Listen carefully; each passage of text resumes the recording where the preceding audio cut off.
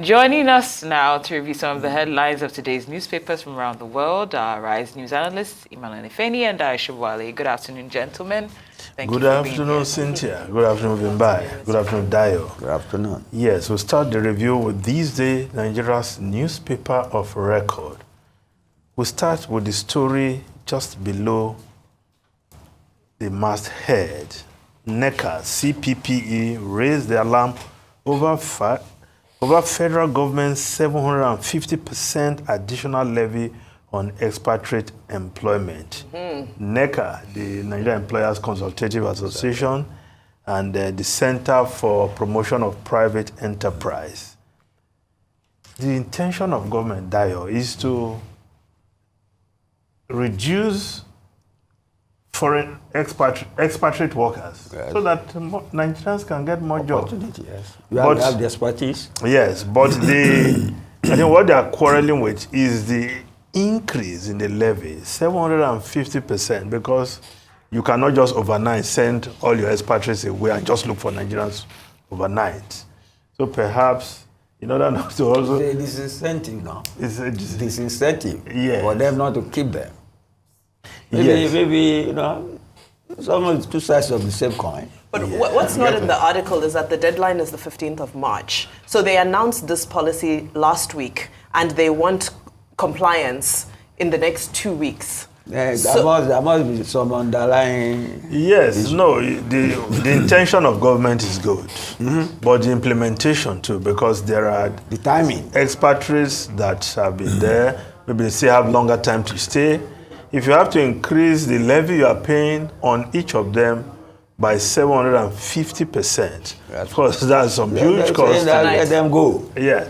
No, but I think maybe... It's not nationalization. Yes. If they nationalize them, what will they do? No, but also... It's a decent... The government does not want them around. No, maybe they have not been encouraging Nigerians. Do you get me?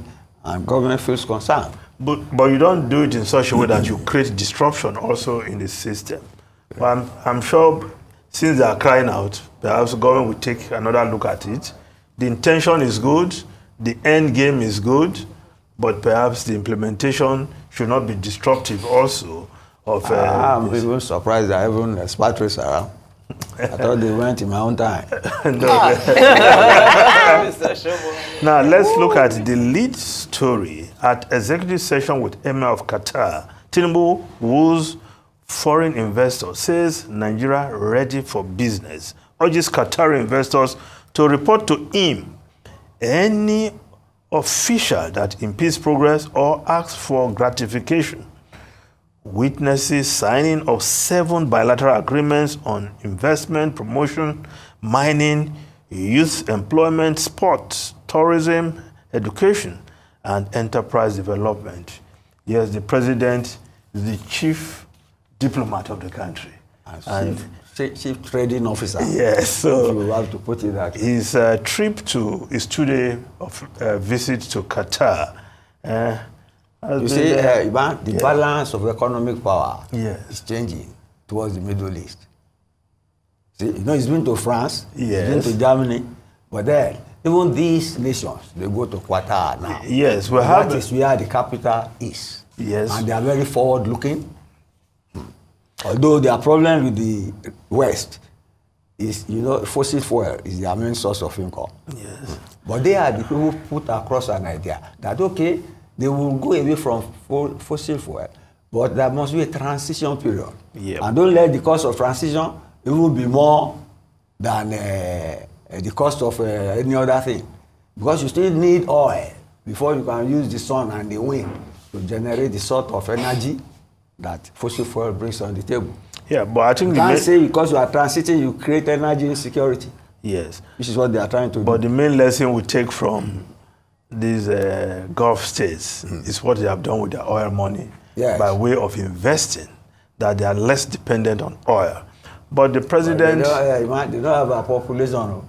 Well, Qatar, maybe 2 million, 1.5 million. Well, if you do use GDP, let's not divide it. Let's not use population as excuse. China I'm not giving an excuse. We too have resources.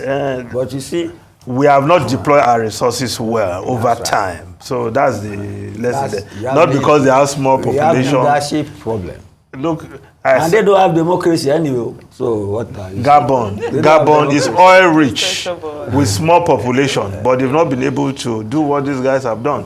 But the president, in that closed door meeting, of course, he is going to woo investors that Nigeria is ready.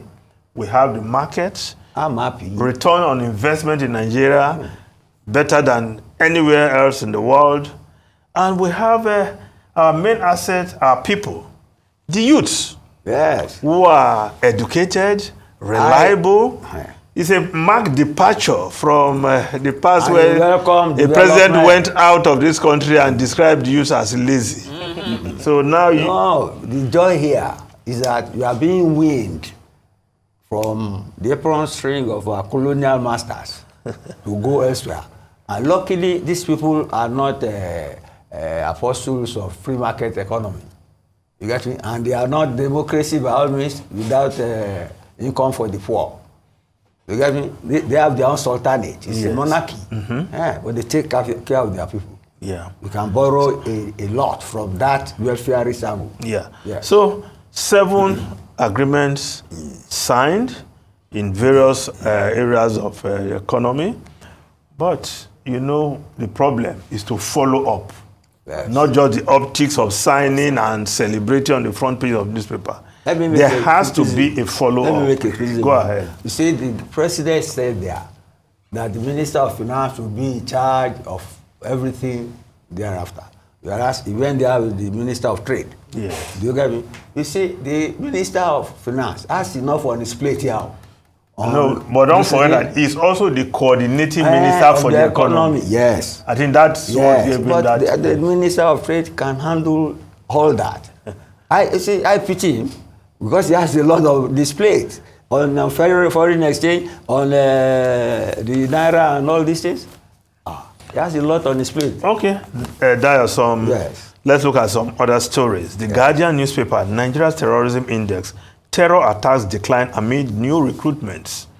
Rise in violent conflicts. Well, according to welcome news. Yes. For the first time, I see good news from that angle. The 2023 Global Terrorism Index. Terrorism has dropped, right? Yeah. But there is also upsurge in these violent conflicts we see across the country. So you say these conflicts, some of them are driven by climate, some of them are driven by hunger, some of them are driven by religion. yes. So you want to say good news, right? Okay. Okay. Now the Vanguard newspaper, federal government fights inflation, mops up 5 trillion naira to raise interest rates, reprise fixed income yields, CBN meets foreign investors over FX reforms, NPR hike, says there will be free entry, free exit. You know, inflation is stubborn. Yes. It takes time to said manifest. inflation. Yes, Stubborn. of course, it's the same story. Okay, another positive No, story. I like this, you know? Yes. Okay. Only implementation. Okay, That's good. that's okay. Okay, below the photograph. Only implementation of agreement will stop nationwide strike. Yes. NLC insists. You call that good news, right? Yes, let government listen to that. Okay, I agree with you. Now, the Business Day newspaper, perhaps you call this another good news. CBN to clear FX backlog in days as dollar inflow swells.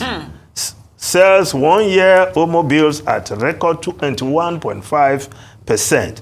That's another good news for a piece of good news. Yes. No, but no, I think the good news there is that there is swelling of the inflows of, and if that is happening and it happens on a consistent basis, then of course it stabilizes the economy. Now the Nigerian Tribune newspaper, residents loot warehouses in Abuja, steal food items. Vandalized building belongs to FCT Agric Department. Police arrest 15 suspects, recover 26 bags of maize. And the Abuja Inquirer, reporting on that same story, Abuja warehouse looting. Panic grips business owners. Of course, because you know, this copycat syndrome. Some people will just think they want to go and try it elsewhere, but I hope it will happen. NEMA has beefed up security around its warehouses across the country. But if there are foodstuff in those warehouses, they should be released to the people. All right? So that the right people, yes, not to looters. Certainly not to looters. Right? I agree with you, not to looters.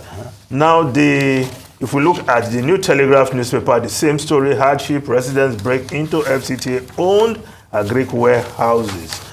Now, if we look, the same thing. yes, Daily Trust. if we look at the Daily Sun newspaper, NIN-BVN bank sends fresh reminders. 91 million accounts at risk of deactivation. There's also problem with network. Yeah. That's why many people have not been able to complete their, right? And, But this is not a new problem. If we just NIN-BVN. Dio, New York Times, one foreign newspaper. Most Biden voters of 2020 fear he's too old to lead. That's right. He's giving us some sit-tight ruler vibes, No, right? not sit tight, he's an elected president. Yeah. But because of Capacity. his capacity, even among Democrats, there's also that doubt. Well, forget these things conversations very don't easily. only happen in Africa. That's the point. Thank you so much, Mr. Manonifeni, Mr. Dayo Shibwale, for your analysis. We appreciate your time here on Newsday as always. Thank you both.